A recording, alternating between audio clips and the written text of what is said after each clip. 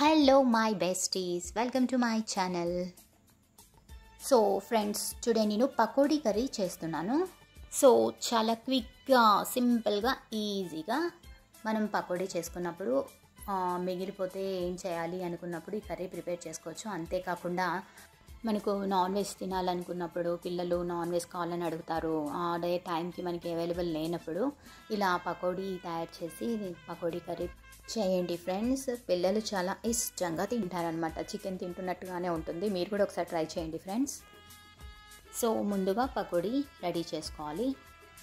శనగపిండి, ఆనియన్ ముక్కలు, కారం, ఉప్పు, కర్రీ లీవ్స్, సోడా, ధనియాల పొడి ఇవి వేసి కొన్ని వాటర్ యాడ్ చేసి ఇలా పకోడీ పిండిలా కలుపుకొని పకోడీ రెడీ చేసుకోవాలి. కావాలంటే ఇందులో బియ్యం పిండి, అల్లం వెల్లుల్లి పేస్ట్ కూడా యాడ్ చేసుకోవచ్చు. సో నేనైతే ఇలా చేశాను. పకోడీ రెడీ అయిపోయింది. సో ఇప్పుడు కర్రీ ప్రిపేర్ చేసేద్దాం. పకోడీ అంటే ఏ షేప్లో ఉన్నా వేసుకోవచ్చు ఫ్రెండ్స్. ఇలా రౌండ్గా ఎలా వేసినా పకోడీ పకోడీయే అవుతుంది. సో సరిపడినంత ఆయిల్ వేసేసి వేగాక తాలింపు గింజలు వేసాను. ఇప్పుడు గ్రీన్ చిల్లీస్ వేస్తున్నాను. నెక్స్ట్ ఆనియన్ ముక్కలు. ఓకే, ఇవి బాగా త్వరగా వేగడానికి కాస్త 1 టీ స్పూన్ సాల్ట్ వేస్తున్నాను.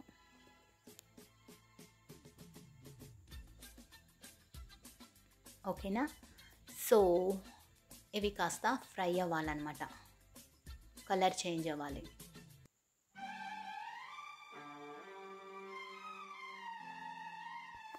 వన్ టీ స్పూన్ పసుపు యాడ్ చేశాను. ఒకసారి మిక్స్ చేసుకోవాలి.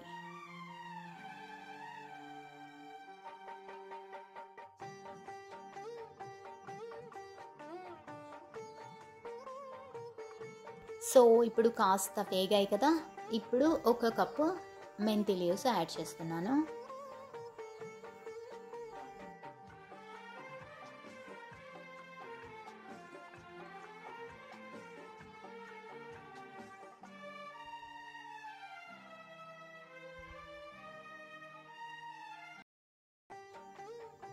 సో ఇవి కాస్త వేగాయి కాబట్టి ఇందులో ఇప్పుడు 1 కప్ ఆఫ్ టమాటా ముక్కలు యాడ్ చేశాను.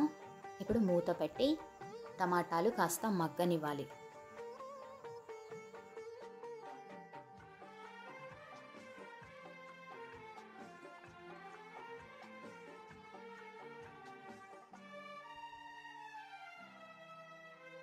వాటర్ యాడ్ చేశాను. సో ఇవి కొంచెం బాగా మగ్గిపోయింది. సో ఇప్పుడు 1 టీ స్పూన్ కారం యాడ్ చేశాను. నెక్స్ట్ మనం తయారు చేసుకున్న పకోడీ యాడ్ చేసేసేయాలి. ఒకసారి మిక్స్ చేసేసి ఒక 5 మినిట్స్ కుక్ చేసేద్దాం.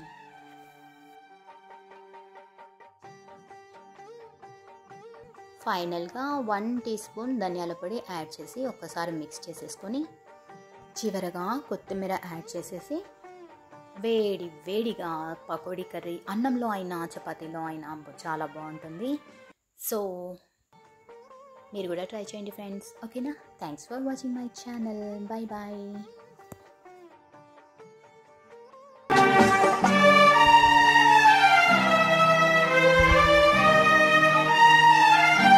तेरी मोहब्बत ने दिल में मकाम कर दिया, तेरी मोहब्बत ने दिल में मकाम कर दिया।